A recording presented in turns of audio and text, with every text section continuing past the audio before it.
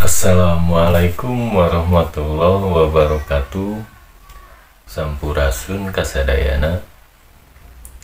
Kesempatan ini saya ingin membahas yaitu tentang kelanjutan konten yang kemarin tentang sistem yang disebut Ratu Adil. Kenapa Ratu Adil itu saya bilang sistem? Saya akan jelaskan secara singkat. Mungkin sedikit mendalam pembahasan ini, jadinya butuh pendalaman dalam pembahasan ini. Jadi saya mohon simak dari awal sampai akhir agar tidak gagal dalam memahami apa yang saya sampaikan. Tonton saja.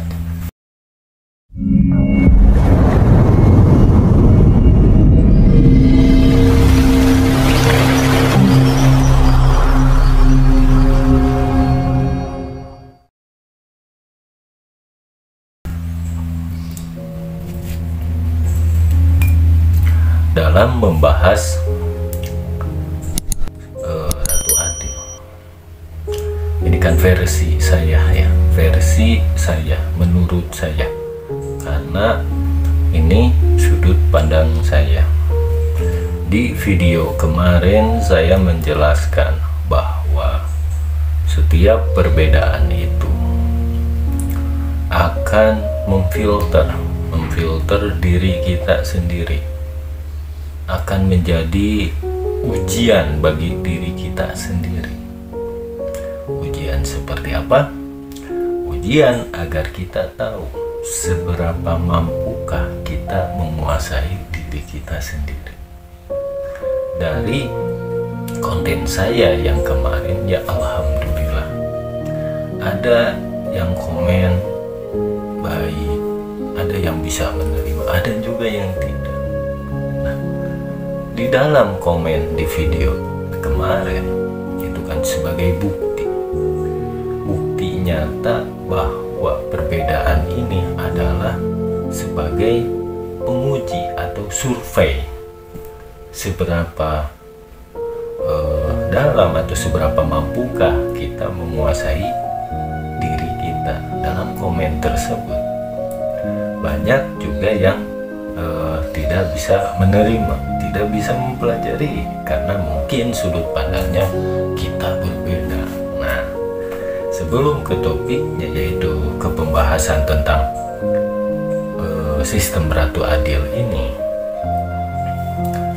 saya akan minta bahwa ketika dalam menjelaskan, membahas sesuatu, saya mohon tonton sampai akhir ya, agar bisa memahami isinya gitu, jangan setengah-setengah. Karena dalam setiap pembahasan saya selalu menyisipkan pesan-pesan bagi orang-orang yang mampu membacanya gitu. Nah, dalam pembahasan ini Ratu Adil yaitu sistem. Ratu Adil itu sistem seperti apa? Sistem ketuhanan, sistem kepercayaan, sistem keyakinan. Makanya Satrio Piningit bersenjatakan Trisula Weda. Berdasarkan Trisula Weda ini, akhirnya apa kita bisa mengenal Satrio Piningit? Bisa mengenal Ratu Adil. Trisula Weda ini kan jejeg iman lah kalau dalam agama, karena keimanan yang kuat bisa menolak keinginan yang berbau hawa nafsu, ego atau apa. Nah, terus di perjalanan bocah Amon gitu kan, itu perjalanan bocah Amon untuk apa? Untuk menguatkan iman kita, keyakinan kita, agar kita benar-benar bisa bertemu atau bisa merasakan langsung Sang Ratu Adil ini. siapa sang Ratu Adil ini? Bagi saya, sang Ratu Adil ini tidak lain dan tidak bukan yang Maha Kuasa. Bagi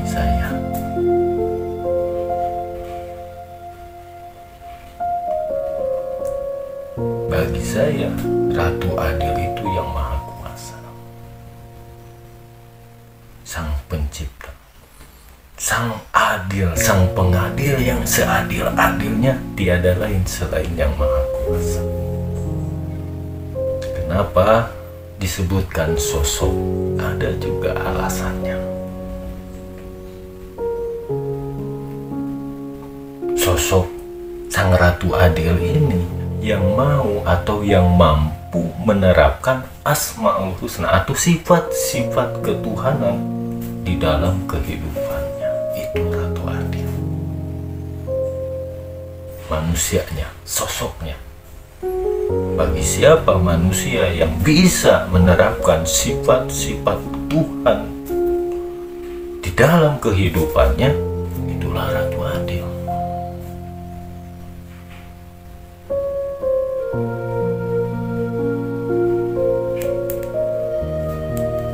Nah, kalau Ksatria Piningit, Ksatria Piningit bisa menjadi Ratu Adil yang saya bilang sosok jika mampu menerapkan sifat-sifat ketuhanan di dalam kehidupannya.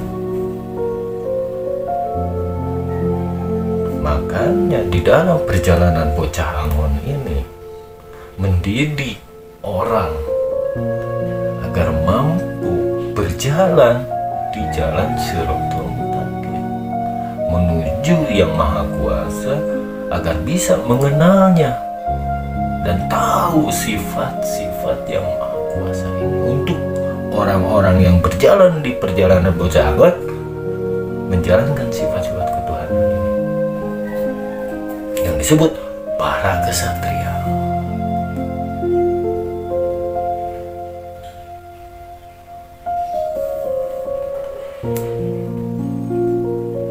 Kita semua bisa menjadi Ratu Adil. Nah, kenapa saya bilang Ratu Adil memang benar bisa menjadikan Nusantara ini mercusuar dunia? Sebab apa?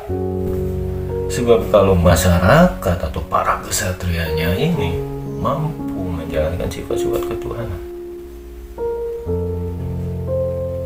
di dalam kehidupannya,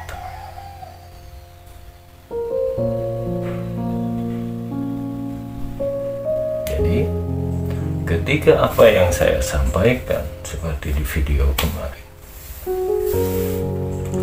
orang yang tertutup hatinya, yang tertutup, ibaratnya tertutup itu bukan berarti tidak bisa menerima, tapi belum terbuka secara batinnya, belum terbuka karena di dalam perjalanan Bocah Angonnya ibaratnya baru sekian persen, baru nyampe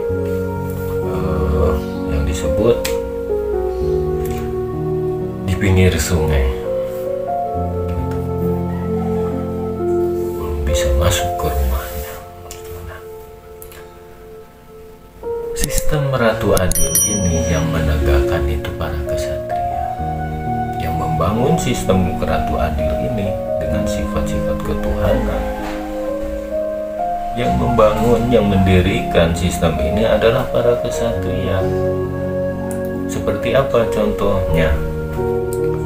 Seperti para kesatria yang di berbagai bidang, banyak bidangnya, ada di keagamaan, ada di politiknya juga, ada di dagangnya juga, ada di keuangannya juga. Makanya banyak para kesatria ini.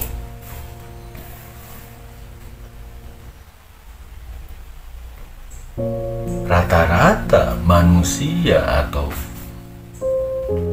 masyarakat itu lemah, titik lemah mereka tuh di sudut pandang tentang agama.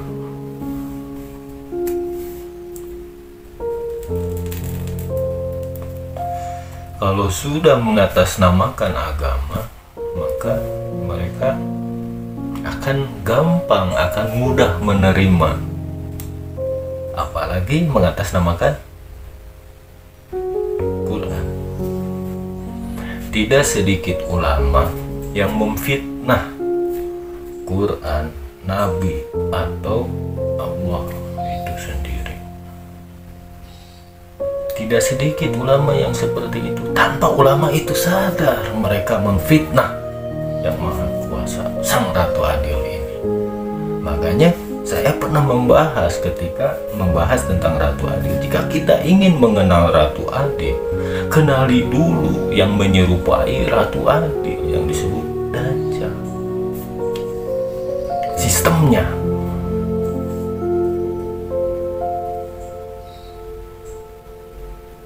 Agar kita bisa tahu Ratu Adil yang sejati. Karena apa? Banyak contoh para ulama saja, ustadz. Mereka tuh tanpa sadar mereka sudah memfitnah Yang Maha Kuasa. Seperti apa fitnah yang mereka tidak sadar? Saya kasih contoh. Ketika di jam kerja, manusia nih di jam kerja, gitu ya. Manusia di jam kerja otomatis mereka bekerja. Terus adzan berkumandang. Tidak sedikit ulama menyuruh berhenti bekerja, kita sembahyang. Kenapa saya bilang itu fitnah? Kalau sudut pandang saya tentang apa yang diucapkan ustadz tersebut, saya merasa ternyata Allah tuh egois kalau seperti itu. Sementara yang saya tahu, Tuhan itu tidak butuh ibadah kita. Sholat kita tidak butuh. Sholat itu untuk diri kita.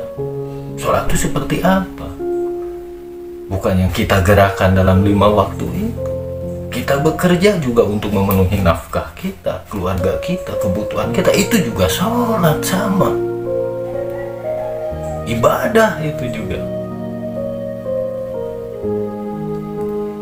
Nah, hati-hati makanya. Hati-hati ketika kita mempelajari tentang agama. Jangan sampai seperti mereka yang berbaju agama, tapi ibaratnya mereka tuh membela agamanya saja, bukan Tuhannya. Justru saya merasa tersinggung ketika mereka berkata seperti itu, karena mereka sudah memfitnah Yang Maha Kuasa.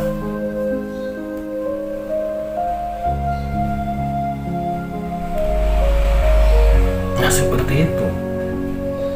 Itu yang dinamakan sistem Dajjal namanya, tanpa mereka sadar menjalankannya. Makanya di pembahasan kemarin saya menjelaskan cari ilmu itu yang tidak terlihat dan tidak terasa. Contohnya yang diucapkan Ustadz tadi, itu yang tidak terlihat dan tidak terasa, bahwa itu sebuah kesalahan kalau menurut saya.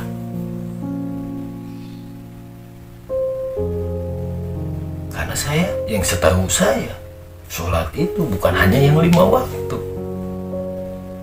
Seperti saya menerangkan seperti ini, membuat konten ini juga sholat.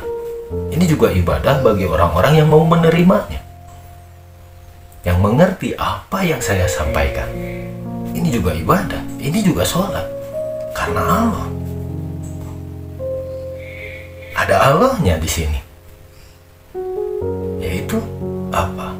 Kebaikan yang ingin saya sampaikan untuk teman-teman yang mau mendengarkan dan yang bisa mengerti apa isi konten ini, yaitu jalan pemberian Allah. Itu yang harus kita syukuri.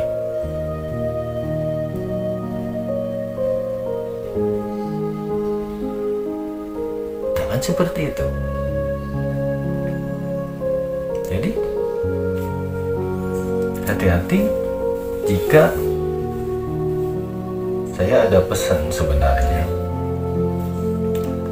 Mungkin nanti saya bahas di konten selanjutnya ya, atau di channel saya yang satu lagi yang di Maju Lempeng. Nah itu saya akan membuat tentang